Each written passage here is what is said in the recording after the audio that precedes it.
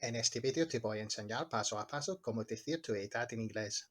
Hello, soy John de Blatter Inglés. Si estás comenzando a aprender inglés y te resulta difícil seleccionar las frases más apropiadas para decir tu edad en inglés, este vídeo te guiará exactamente a través de las mejores expresiones para garantizar que cree la conversación perfecta.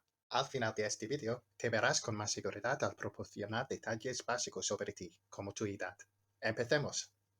Para saber la edad de alguien, puedes decir How old are you? How old are you? ¿Cuántos años tienes? Puedes responder diciendo I'm 39. I'm 39. Tengo 39 años. I'm 39 years old. I'm 39 years old. Tengo 39 años. I'm in my early 30s. I'm in my mid-30s.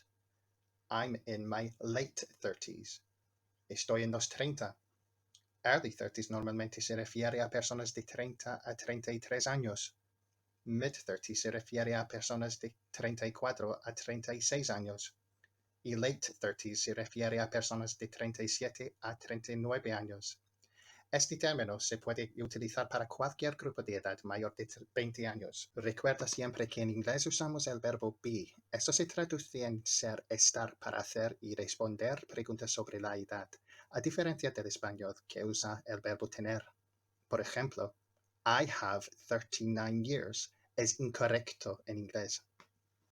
Ahí tienes. En tan solo unos pocos pasos, ahora puedes decir tu edad en inglés conversacional.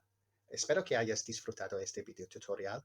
Recuerda darle un like, comentar y suscríbete a nuestro canal para futuras lecciones. Thank you very much for watching. See you later.